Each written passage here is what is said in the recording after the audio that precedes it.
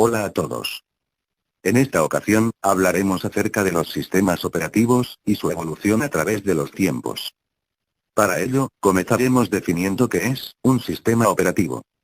Un sistema operativo es un programa o conjunto de programas que permiten administrar los recursos de hardware y software de una computadora.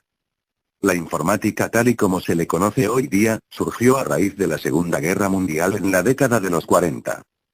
En esos años, no existía siquiera el concepto de sistema operativo. Los programadores interactuaban directamente con el hardware de las computadoras, y el único lenguaje que existía para ellos, era el lenguaje máquina. O sea, programando únicamente, con ceros y unos. El concepto de sistema operativo surge en la década de los 50. El primer sistema operativo de la historia fue creado en 1956 para un ordenador IBM 704. Y básicamente lo único que hacía era comenzar la ejecución de un programa cuando el anterior terminaba. En los años 60 se produce una revolución en el campo de los sistemas operativos.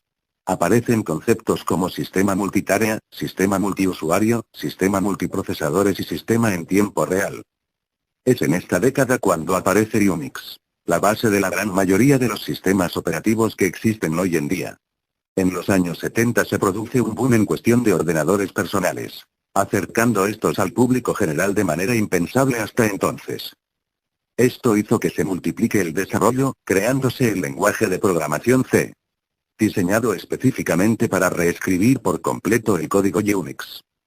Como consecuencia de este crecimiento exponencial de usuarios, la gran mayoría de ellos sin ningún conocimiento sobre lenguajes de bajo o alto nivel, hizo que en los años 80, la prioridad a la hora de diseñar un sistema operativo fuese la facilidad de uso, surgiendo así las primeras interfaces de usuario. En los 80 nacieron sistemas como MacOS, MS-2, Windows.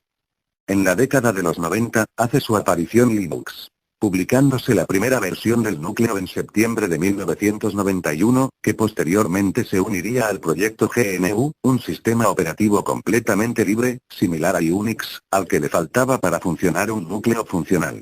Hoy en día la mayoría de la gente conoce por Linux al sistema operativo que realmente se llama GNU, Linux.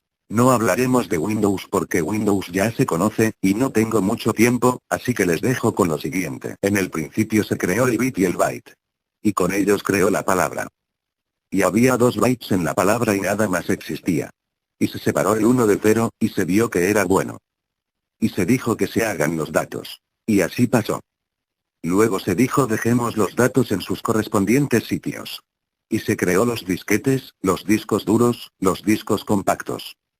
Y se dijo que se hagan las computadoras, así habrá un lugar para poner los disquetes, los discos duros y los discos compactos. Así se creó a las computadoras, y se las llamó hardware. Pero aún no había software.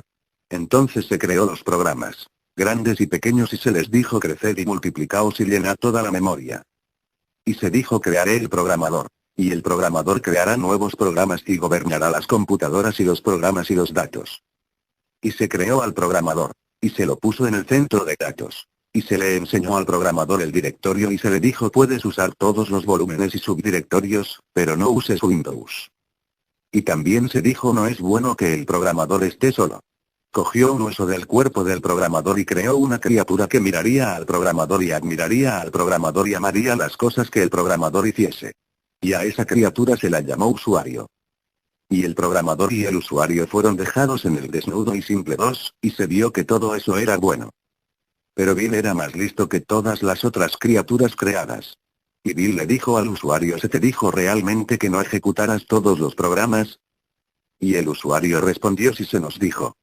Podemos usar cualquier programa y cualquier pedazo de datos, pero que no ejecutásemos Windows o moriríamos.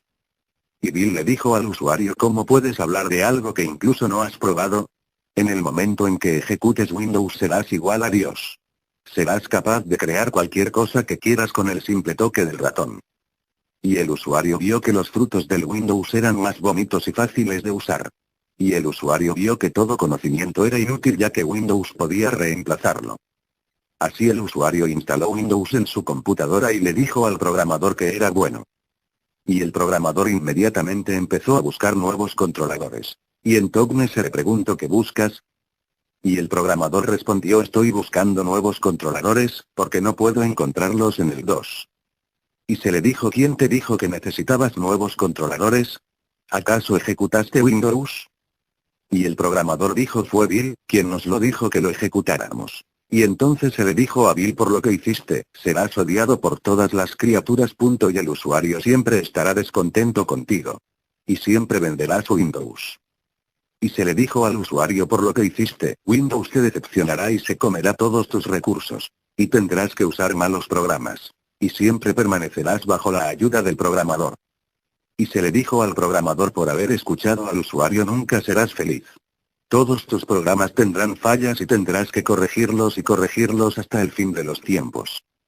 Y entonces se echó a todos del centro de datos y bloqueó la puerta de entrada con una contraseña encriptada, hasta que nos envió a un programador salvador llamado Richard M. Stallman y escribió GNU, y después nació un salvador llamado Linus Torvalds, quien escribió Linux y unió este kernel junto con todo el software GNU, y fue así como el software libre nació y se expandió por el mundo hasta que aparecieron los ortodoxos divianeros, los seguidores de Slack, los bien organizados redateros y los carismáticos ubunteros con sus ideas más renovadoras, entre otras denominaciones, y así se nos perdonó.